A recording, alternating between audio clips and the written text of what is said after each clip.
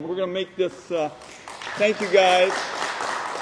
We're going to make this a filibuster-free zone here on Monday. No long speeches, but Sean, big thanks for all the hospitality and everybody here at Daimler. As Sean, touched on, the country has the chance to take bold action that finally addresses the existential threat of climate change, and does it in a way that powers an economic recovery by investing in innovation and generating good jobs here at home. That is a powerhouse combination for Oregon's economy, for our workers, and combating climate change.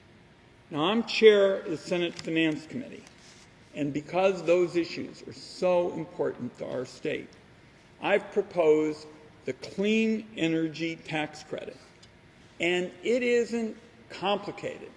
It basically sets aside the tax policies of yesteryear and says in the future, we're really going to put our focus on rewarding those who actually reduce carbon emissions.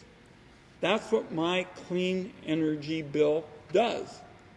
It's part of what's called budget reconciliation, providing emission-based incentives that would turbocharge clean energy development and reduce carbon while creating jobs. And by my calculus, this is going to be the linchpin of the climate change effort in the upcoming budget bill. I think we all understand what happened over the last few months. We had the bootleg fire in rural Oregon.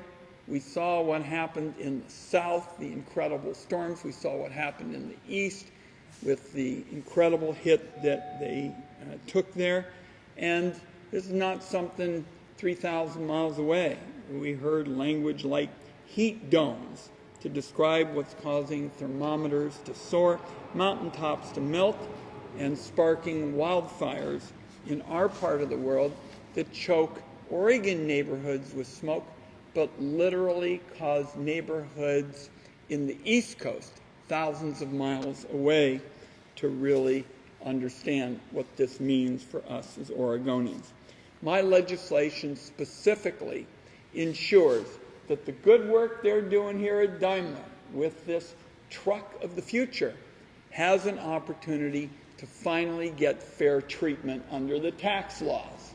They really didn't. It was almost like what Sean and everybody was trying to do was play with one hand tied behind their back because the tax law didn't treat them fairly. That's what we change in our legislation. Now, the E-Cascadia and the EM2 trucks can go over 200 miles on one charge and charge back up in 90 minutes flat. Now, Sean, you correct me, but Daimler is now the industry leader as it relates to electric vehicles because you have the widest range of products. And the Clean Energy Tax Credit would invest in innovation, and it would ensure that right here in Oregon, we would have a chance to be in the lead.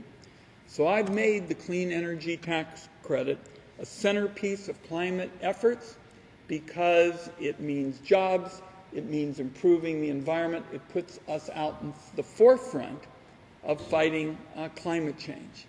But I want to close with one other thing that you may not have picked up on.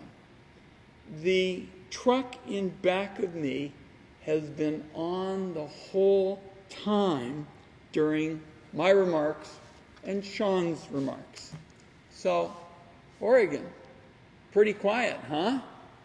Well, I'll tell you, I'm going to be really loud, stressing how incredible these efforts are, what a difference they're going to make for Oregon and our country. And to you, Sean, and all the workers who put this effort together, big thanks. Let's throw it open to questions from the press.